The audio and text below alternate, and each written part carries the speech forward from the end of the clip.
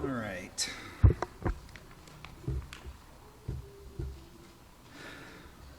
I think that little tribute reminds us that motherhood means so many different things to different people in different ways. You know, I don't know if you realize, and I've heard this from other preachers as well, that Mother's Day is sometimes one of the most difficult sermons to do throughout the year. So I was looking at, okay, what do I focus on this morning? Where do I look? And I started to look at all the mothers throughout the Bible. And I started to notice something as I was going through, considering all the mothers of the Bible. There are not as many fluffy Mother's Day type stories in the Bible as I thought there were. In fact, this morning, I think what you're going to hear is probably not your typical, stereotypical Mother's Day sermon, but it is biblical. And so I want to start off with just this simple point. Motherhood is no picnic. I heard a mother say one time, it's not easy being a mother. If it were easy, then fathers would do it. I've never heard that before. So, but you know, as I was going through the Bible, I realized that some of the people that suffered some of the most difficult circumstances in life were mothers. And one of the mothers that come to mind is Rebekah, the mother of Jacob and Esau. According to Genesis chapter 27, Esau made some decisions that resulted in causing his parents a lot of grief. Esau. Now, was Esau mama's boy or dad's boy? Well, if he's causing grief to the mother, guess who he belongs to? The Bible says, a wise son brings joy to his father, but a foolish son brings grief to his mother. Matter of fact, my wife used to say that to the boys and say that to me. When my kids do something dumb, they're mine. But when they do something great, they're yours. She said, it's in the Bible. So, and some of you might be able to relate to that. But you know, this one is kind of mild compared to some of the others. There's also Hagar, the mother of Ishmael. And if you know the story, she acted as kind of a surrogate for Sarah, who wasn't able to have a child. And so with Abraham, she was going to bear a child for Sarah. And when she became pregnant, Sarah started to treat her harshly. And so she ran away from her mistress. And God said, what are you doing here? And reassured her, and she went back. And then after Ishmael was born, he was the proud son of Abraham and Sarah for a while, with Hagar as the surrogate mother. But then Isaac, the biological son of both Abraham and Sarah, and the son of promise, was born. And Hagar decided she didn't want to have Ishmael around anymore. And upon her instruction, both Hagar and Ishmael were driven away from their home out into the wilderness with a few provisions that ran out very quickly. And we have this. She departed and wandered in the wilderness of Beersheba, and when the water in the skin was gone, she put the child under one of the bushes. Then she went down and sat opposite him, a good way off, about the distance of a bow shot, for she said, let me not look on the death of the child. And as she sat opposite him, she lifted up her voice and wept. Can you feel the sheer humanity of that particular moment?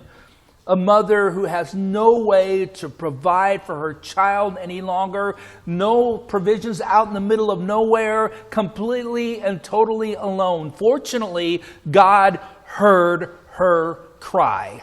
And he came down and rescued her and showed her where she can get the provisions she needed to survive, and reassured her the child will not die. In fact, he himself will have many descendants, and they will become a nation themselves. But can you imagine the difficulty of this moment as a mother? There's another mother by the name of Naomi, the mother of Mahlon and Chilion is the way it's pronounced. And her family moved to a foreign land, to Moab. And while living in Moab, Naomi lost her husband to death. And then later she lost both of her sons to death. What's she going to do as a widow? She still had 2 daughter-in-laws because both of her sons had gotten married. She says, there's nothing more to do. I don't know what to do other than to go back home. And you guys, you should go back home to your families as well. And if you know the story, one of the daughters refused to go back home. I'm married into this family. I'm going to go with you. You are my mother. Your God is my God. Your people are my people. And she couldn't dissuade her. And so, fine, come along. And so they made that long journey back to where Naomi had originally come from. And when she got home, says the 2 of them went on until they came to Bethlehem. And when they came to Bethlehem, the whole town was stirred because of them. And the women said, is this Naomi? Now, I don't know if you know what her name means, but it means something like pleasant or happy. It would be like when you name somebody Sunny. Is this Naomi? And she said to them, do not call me Naomi. Call me Mara, which means bitterness. Call me Mara, for the Almighty has dealt very bitterly with me. I went away full, and the Lord has brought me back empty. Why call me Naomi? Why call me sunny? Why call me happy, pleasant? When the Lord has testified against me and the Almighty has brought calamity upon me. Can you feel the despondency and the hurt and the bitterness in her voice at this point? Unfortunately, you know what they say, and I know it sounds trite, but it's true when they say this too will pass. Even though she suffered such great loss in her life, she was able to find fullness once again, and she was able to find joy once again. But that's another story for another day. Oh, and it even gets even more intense. I don't know if any of you have ever heard of Rizpah, the mother of Armoni and Mephibosheth. And she was also the concubine of King Saul. And so she bore Saul a couple of sons. And after David began to reign, early in his reign, there was a famine in the land. And David found out the reason the famine was afflicting them, it had to do with with a great sin of King Saul before him. Saul had went and attacked the city of Gibeon and attacked the Gibeonites. And I don't know if you know anything about them, but early, right at the beginning of Israel's history, they made a pact with them, a covenant with them, that they would not ever kill them or destroy them. Instead, they made servants out of them. But Saul broke that agreement and attempted to wipe them out as he attempted to clear the land out, Canaanites out of the land.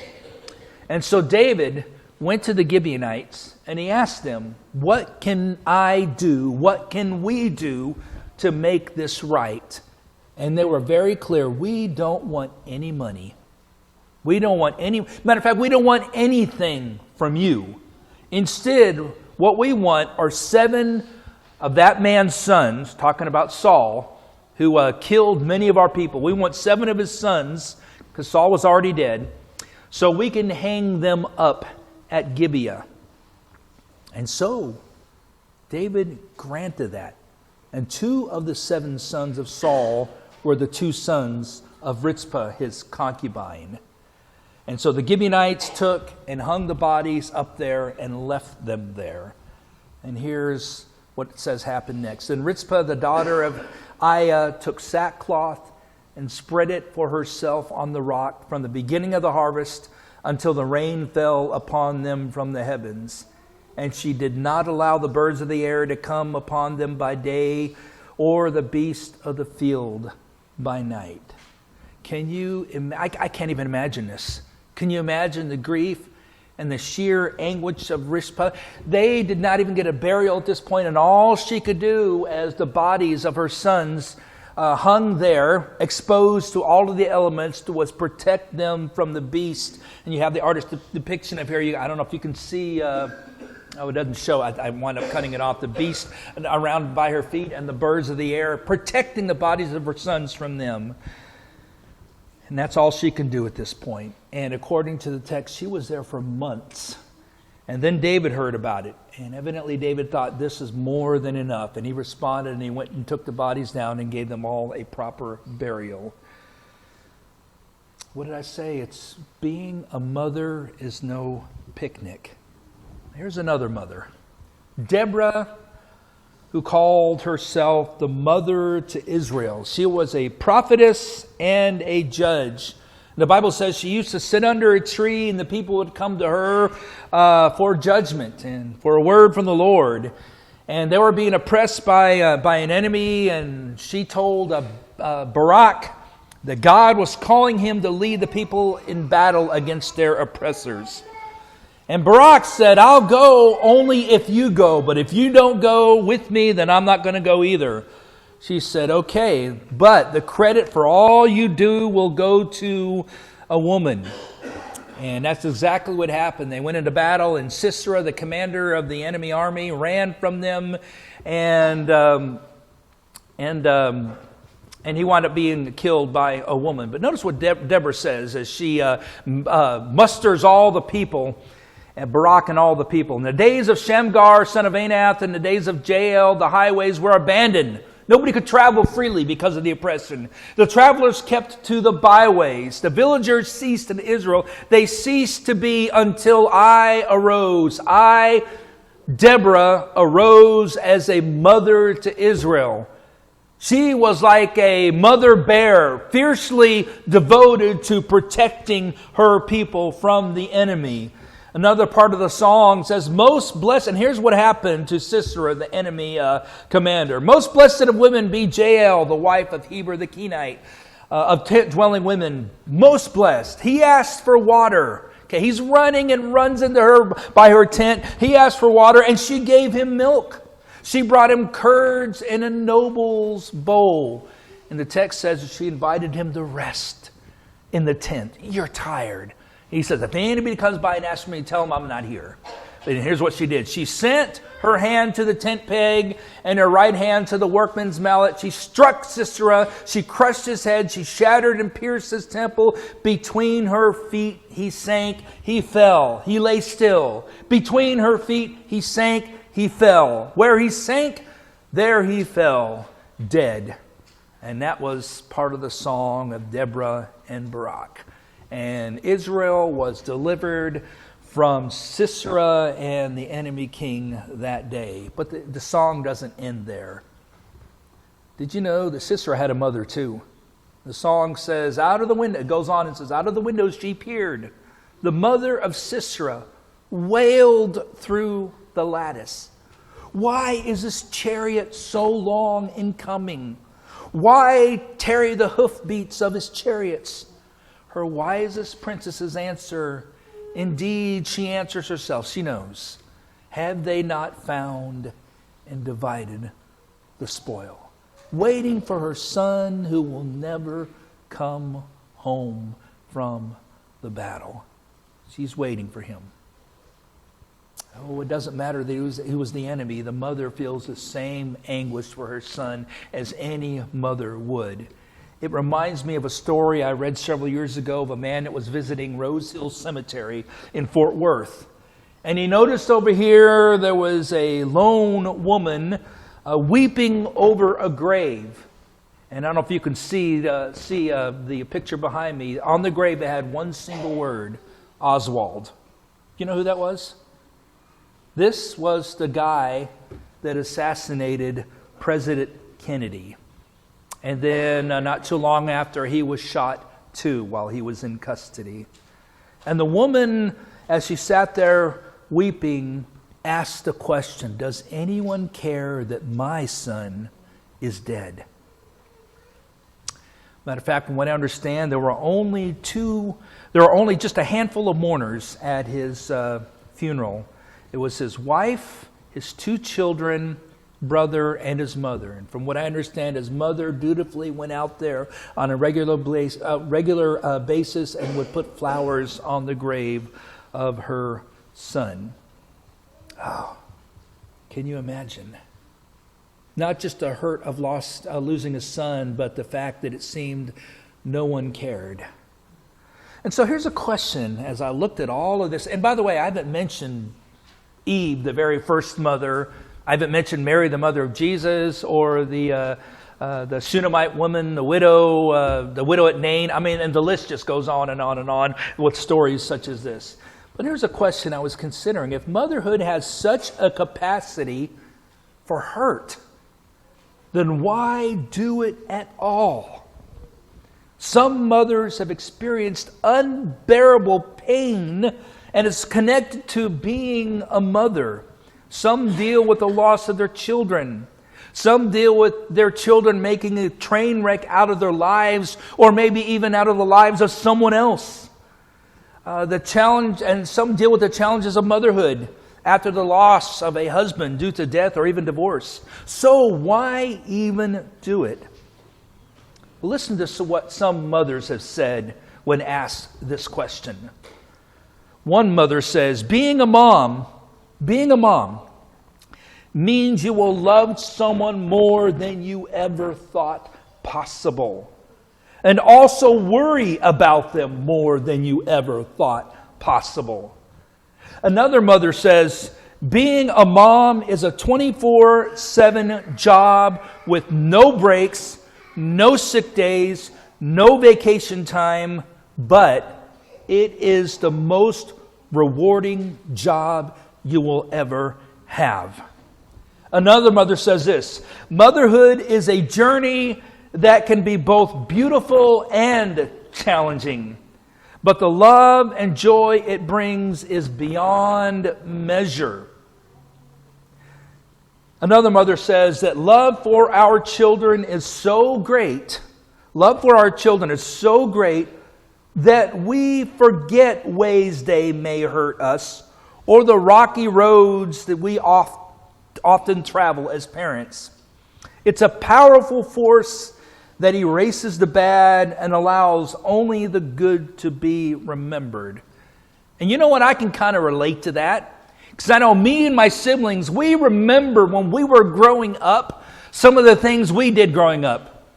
And when we talk about it around my mother, you know what? Half the time she doesn't remember a lot of that stuff. Oh, I don't remember that. My kids were good kids. And we were kind of looking at each other, okay, where was she when all of this happened? And it's almost as if she chose to forget those sorts of things. But obviously she didn't dwell on those things. And isn't that just like a mother, the love of a mother? What does 1 Corinthians say in verse 13? Love does not keep a record of wrongs. And I see that exemplified in my own mother. So the blessings of motherhood far outweigh the risk that come with it. A good mother will say, it's not about me. It's not about what I can get out of it personally. It's all about my kids. I remember Mom telling me, I was trying to figure out what to get her as a gift. Don't buy me anything. I don't need anything. It's like, Mom, I want to get you something. And she would say something like, just do well in life. Do your best. And that's gift enough for me. That always seemed so lame to me. I didn't quite understand that. But with Mom, it was never about things, but it was about her kids. And all she wanted is for us kids to make godly decisions, to do well in life, to love God, to love other people, and to be happy doing it. And that was gift enough for her. And I know how most mothers would answer the question, if you were hurt due to being a mother, and you could do it all over again, would you still choose to be a mother? I think everyone would still say yes. In the mess of motherhood, do those two words kind of go together? Mess and motherhood, they kind of have a ring to them, don't they? In the mess of motherhood, there is a unique beauty that is unmatched by anything else. Brings me to the next point. Motherhood is one of the finest reflections of God. We know that God created all things, and that means that God created motherhood as well. Matter of fact, that was one of the last things that God created, and He saved the best for last. And so We have several images of that here in the Bible. Like an eagle that stirs up its nest and that flutters over its young, spreading out its wings, catching them, bearing them on its pinions. The Lord alone guided him, talking about God's people. And so God here is portrayed as a protective, fierce mother eagle that will fight to the death for her young ones. Or this one from Isaiah chapter 66. As one whom his mother comforts, so I will comfort you. So God's comfort is like that of a mother. And there is nothing like the comfort of a mother. I think we all know this, right? Even grown men, when they're at a really dark point in their life, who do they still cry out for? They still cry out for mom, don't they? Nothing like a mother. Or this one, Isaiah chapter 49. Can a woman forget her nursing child, that she should have no compassion on the son of her womb? Even these may forget, yet I will not forget you. Behold, I have engraved you on the palms of my hands. Your walls are continually before me. You see the imagery here?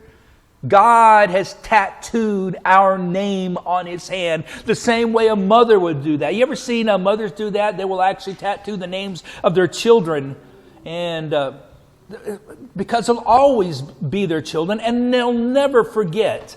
And so unlike, I remember one of my uncles, he tattooed the name of a girlfriend on his arm. I always wondered about that because on his arm it said Rose, and my aunt's name was Yoshi. I thought, who is Rose? And he said, well, that was an old girlfriend he had. Anyway, he finally had a way to get it removed. But mothers, though, they will never get rid of that. And that's what God's point is. Like a mother never forgets her child, God never forgets his child. Or this one, Matthew chapter 23. Oh, Jerusalem, Jesus says when he comes to Jerusalem and looks over the city, oh, Jerusalem, Jerusalem, the city that kills the prophets and stones those who are sent to it. How often would I have gathered your children together as a hen gathers her brood under her wings, and you were not willing. Can you feel the anguish as he mourns and weeps over Jerusalem? That is a reflection of God as well. Like a mother hen, no matter how bad his children have been, the Lord always longs for his children. And so motherhood is something that reflects God in, I think, one of the most finest ways. And we see that reflection even modeled in the church as well. Here we have this passage from Romans chapter 16. And all this section of Romans is personal greetings where Paul is writing, say, greet so-and-so, give a kiss to so-and-so, that sort of thing. So, but one of the people he mentions is Rufus. Greet Rufus, who chosen in the Lord, and also his mother, who has been a mother to me as well. As I was looking, I probably should have put all of them up here. As I was looking through the names in here, it began to look like that the church in Rome, there were a lot of families that were torn up. Some of them appear to be maybe single parents. Some of them appear to be divorcees. And I don't know if that's because the faith is, they accepted Jesus and maybe that caused problems in the family. But here you have Paul, and somebody in the church has stepped in to become a mother figure for him. And so even if they were estranged from family, this mixed group of people called Christians step in and fill that role. We also, Rufus's mother was a mother to Saul. We also have this in Matthew chapter 12. But he replied, Jesus, he replied to the man who told him who is my mother, Jesus asked, and who are my brothers? And stretching out his hand toward his disciples, he said, here are my mothers and my brothers. For whoever does the will of my Father in heaven is my brother and my sister and my mother. And so this reminds us that the church is the family of God. And could I say forever family, because this lasts into eternity. And Paul refers to a family relationship when he talks about the way he ministers to people. He says, we did not seek glory from people, whether from you or from others, though we could have made demands as apostles of Christ. But, he says, we were gentle among you, like a nursing mother taking care of her own children. So being affectionately desirous of you, we were ready to share with you not only the gospel of God, but also our own selves, because you had become very dear to us. Now, isn't that what a mother does? So we see that in Paul's ministry as well. Paul ministered like a mother and a father. And so we see here that in the church, no one is motherless. No one has to be motherless. I remember when I was growing up, 2 times when I was growing up, my parents offered our home for people in the church that were estranged or kicked out from their family. And I remember one girl wound up staying with us. I don't know if you remember that, Butch, or not. It was at least for a month, Tammy. Anyway, and then there was another one that was for a couple of days. And I remember when I lived in Texas, there was a couple in the church that opened up their home to a teenage girl. She was 18 years old, so legally she was an adult, but she'd become a Christian, and her family said, if you do this, you are no longer our daughter. She went ahead and did it. She put Jesus first. And unbelievably, they went ahead and held true to what they said they were going to do. They said, okay, you're 18, you need to find some other place to live. She didn't know where she was going to go. And so one of the families in the church said, you are our sister, and for now you'll be our daughter as well. So they opened up their home to her, and she got to finish out high school. And they literally did accept her as one of the family as well. I remember when I was several years ago when I was in Waterbury, Connecticut, there was an older lady in the church there. She didn't have a family of her own. She used to say, my family is right here, and she would motion to the entire church. And she was one of those people that she was always looking out for people, and especially those who were in trouble. It wasn't unusual for her to have somebody staying with her for a period of time because she was trying to help them out, and she would become a mother to them. And you probably know stories like that from your own experience as well, because that is what the family of God does, and it is a reflection of God. Matter of fact, I don't know if you're aware, the early church used to say, when I say early church, I mean the post-apostolic church, okay, right after the New Testament. But they used to say that every Christian has both a father and a mother. Do you know who father was? Who father is to Christians?